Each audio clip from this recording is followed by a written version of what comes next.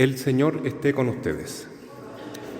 Evangelio de nuestro Señor Jesucristo según San Lucas.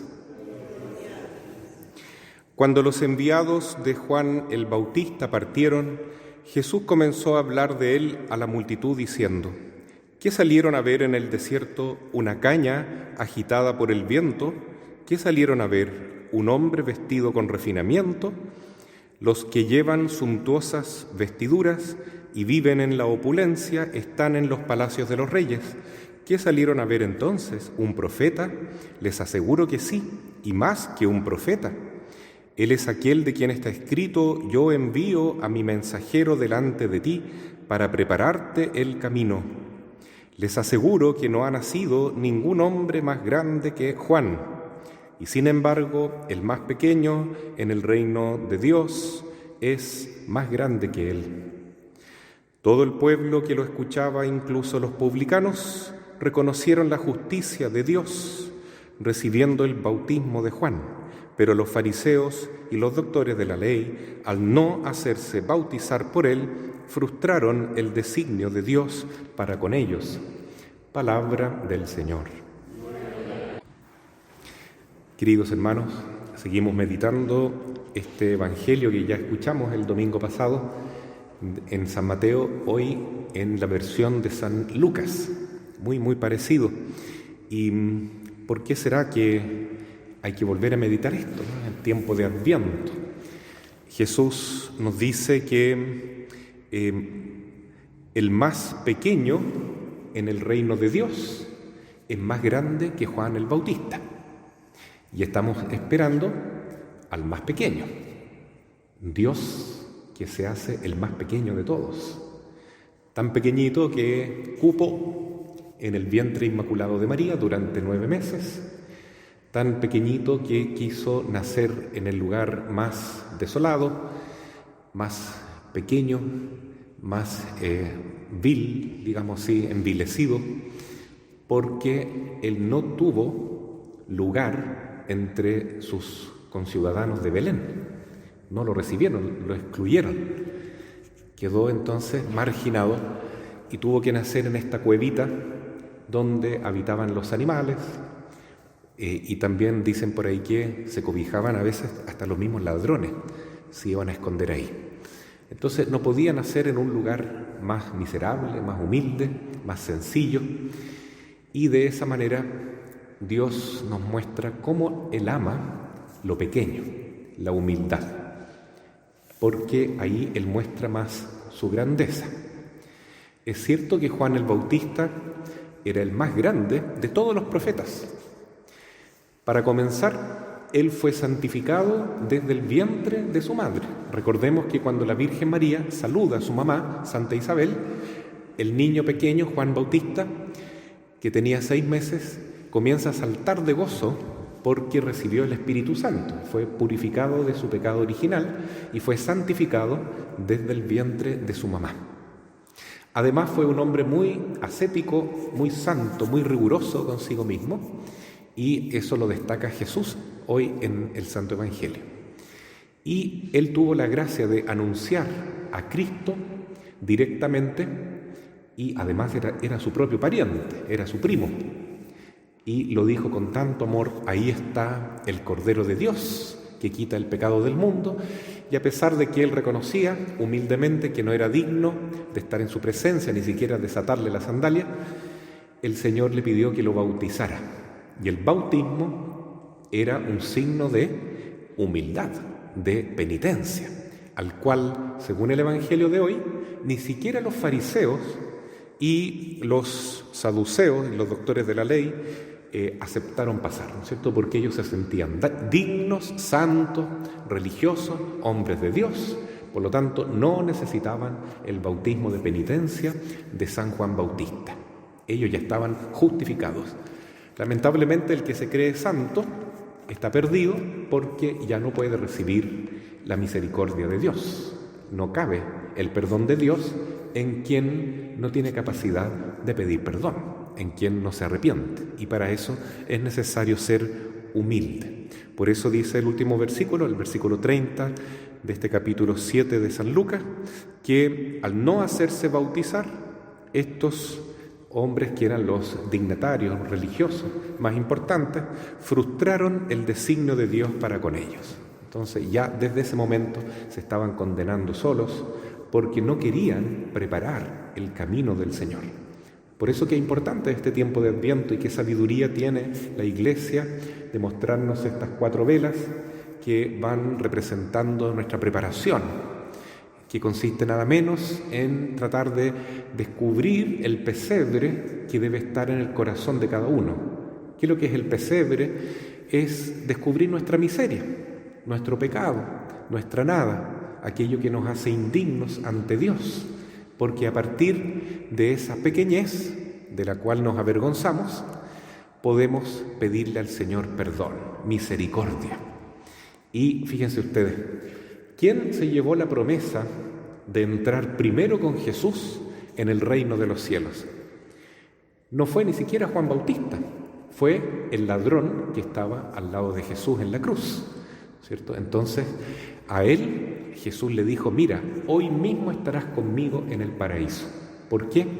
Porque ese hombre se hizo pequeño, se humilló a sí mismo y Dios lo ensalzó inmediatamente, porque él lo reconoció. Tú eres el Hijo de Dios, yo merezco estar aquí por mis pecados, tú no.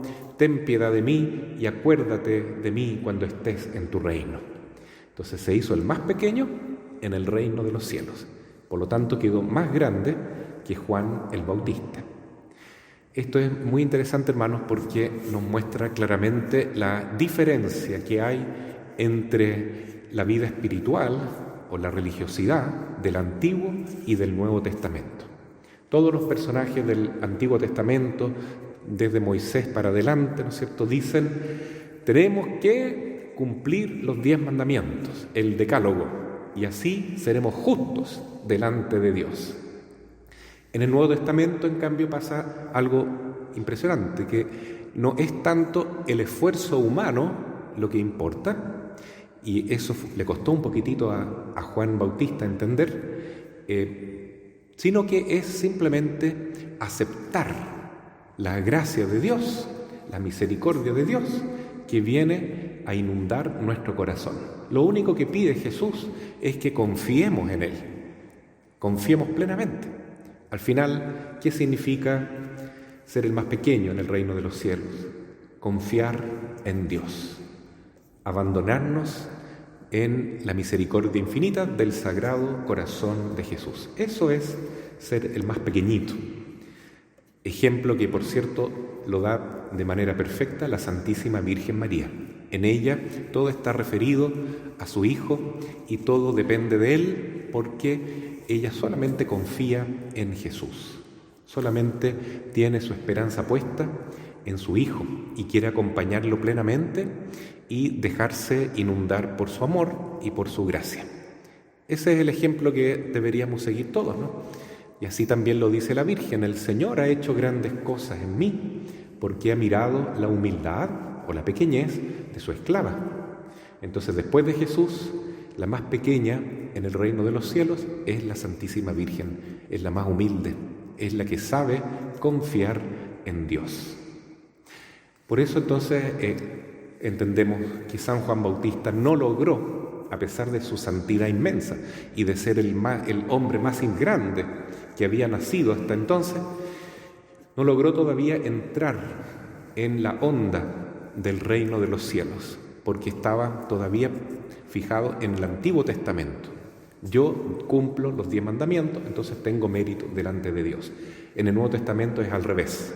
Dios lo hace todo por pura gracia, y nosotros, reconociendo nuestra nada, nos dejamos perdonar, abrazar, visitar por este Dios de infinito amor, que se hace tan pequeñito, que quiere encontrarse con nosotros, a condición de que también nosotros nos hagamos pequeños para reconocerlo en el pesebre de la vida. De hecho, ¿quiénes fueron los únicos que visitaron a Jesús la noche de Navidad? No fueron los grandes, los poderosos de Israel, sino que fueron los más pequeños, los pastores, los pequeños pastores. A ellos se les regaló reconocer este regalo, esta revelación de infinito valor. Dios que nace como un hombre más entre nosotros. Una noche de luz, una noche de amor, una noche que cambió la historia de antes de Cristo a después de Cristo. Es realmente la venida del Señor lo que hoy también nosotros esperamos. Y por eso queremos prepararnos convenientemente reconociendo lo que somos y así pidiendo perdón, siendo humildes de verdad y reconociendo nuestra miseria, nos preparamos para que Jesús nazca gustosamente en nuestros corazones. Así, queridos hermanos, no quiero decir finalmente que San Juan Bautista no alcanzó esa gracia de pertenecer al reino. Él también estaba en el corazón de Cristo, ¿cierto? Él es la bisagra entre el Antiguo y el Nuevo Testamento. Por algo fue santificado por medio de la Santísima Virgen María. Pero él todavía tenía esa visión de su papá, Zacarías, San Zacarías, ¿no? Que no logró creerle al ángel. Es impresionante cuando leemos en este capítulo 2 de Lucas que él no le cree al ángel Gabriel que podrá ser padre en esa edad que él tenía y su esposa que tampoco era muy joven ni era fecunda. Entonces, ¿cómo iba a ser papá? Y no le creyó al ángel y le pidió una prueba. Y el ángel Gabriel, le dio una prueba que fue un castigo, lo dejó mudo durante los 9 meses de la gestación de Juan Bautista. En cambio, la Santísima Virgen le creyó al ángel Gabriel.